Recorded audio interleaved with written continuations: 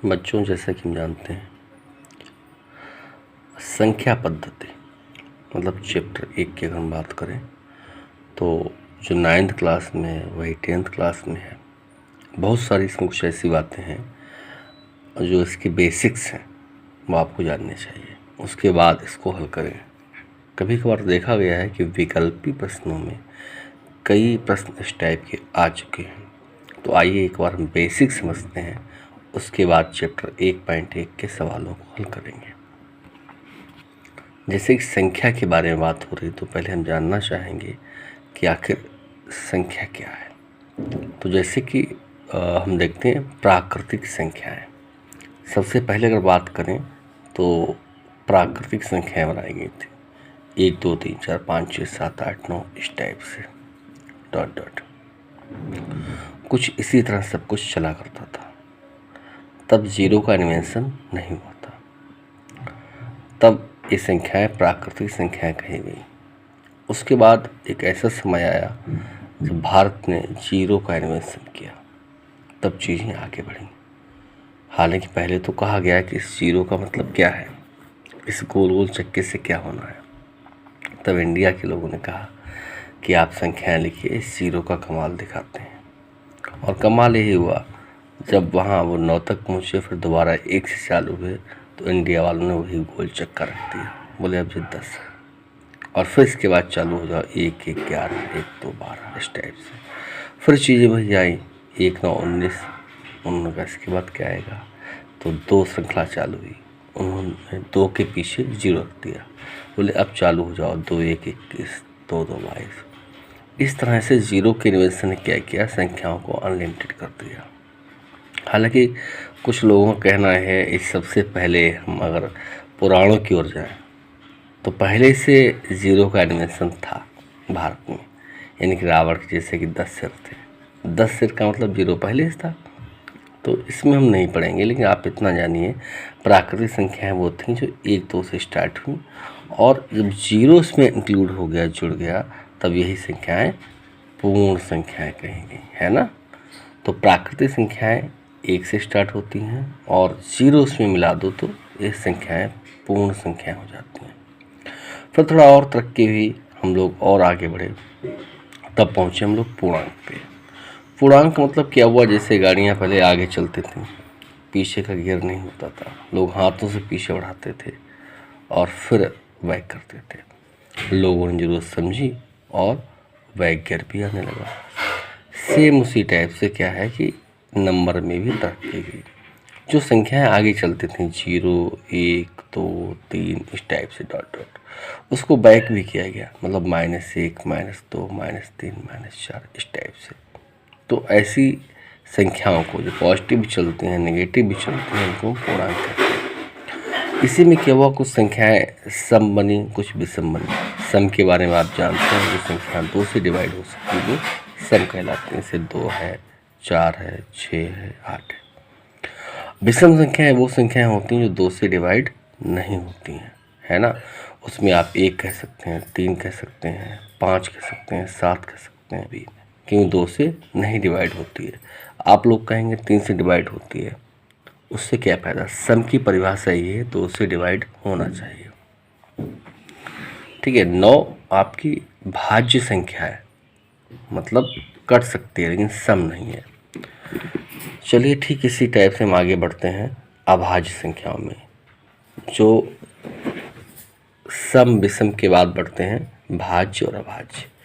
भाज्य का मतलब जो संख्याएं डिवाइड हो रही हो, किससे किससे, 1 से डिवाइड हो रही हो और 1 के अलावा खुद से डिवाइड हो रही हो और किसी और से डिवाइड हो रही हो, तो उससे हम बोलते हैं भाज्य। और दूसरी संख्या होती है अभाज्य।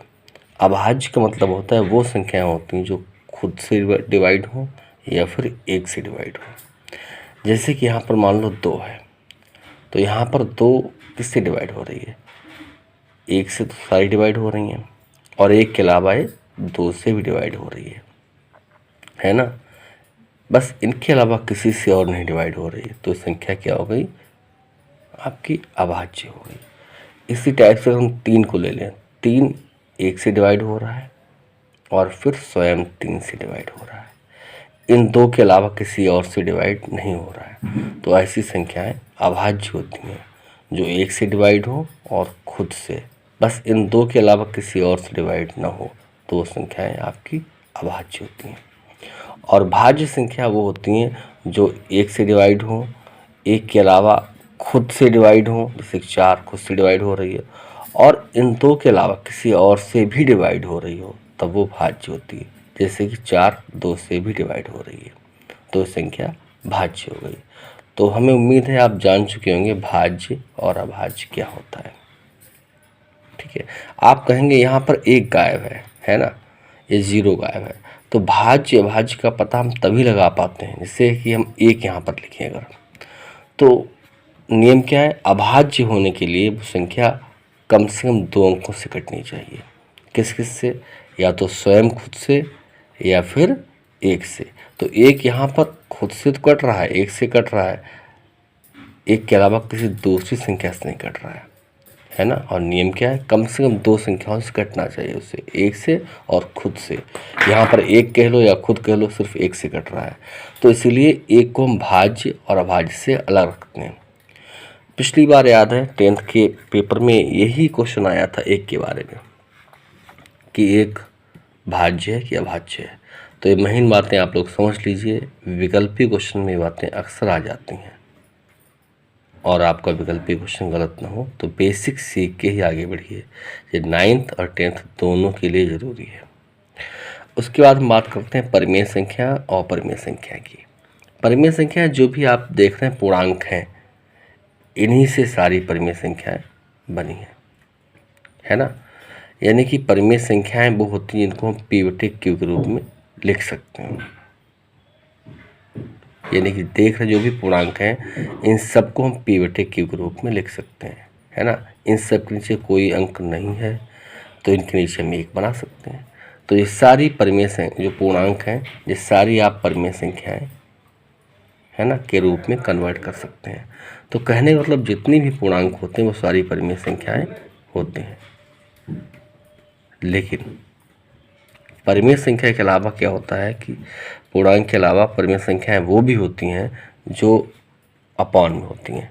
जैसे कि हम लोग देख रहे हैं 1 2 7, ये सारे पूर्णांक हैं, है ना, और ये परिमेय संख्याएं हैं, यानी p/q के रूप में हैं।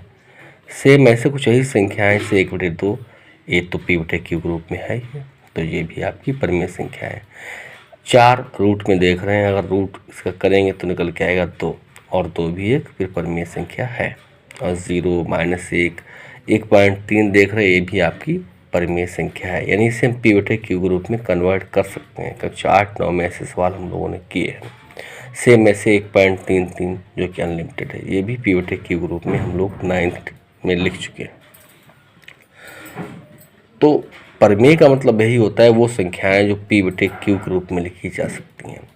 और उसमें शर्त क्या है कि इसमें q इक्वल नॉट 0, यानी जो आपका जो हर देख रहे हैं वो 0 नहीं होना चाहिए। 2 शर्तें हैं कि उन्हें p/q के रूप में लिखा जा सकता हो, और वो q जो आपका हर है वो 0 नहीं होना चाहिए। और एक और शर्त है परिमेय संख्या के लिए कि वहाँ पर p और q सहअभाज्य हो, मतलब वो आपस में कट ना रहे हों, जैसे कि 1/7 या फिर और कोई संख्या है। हमें उम्मीद है आप परिमेय संख्याएं समझ चुके होंगे। अब हम बात कर रहे हैं अपरिमेय संख्याओं की। ऐसी संख्याएं जो p/q के रूप में नहीं लिखी जा सकती, वो आपकी अपरिमेय संख्याएं हैं।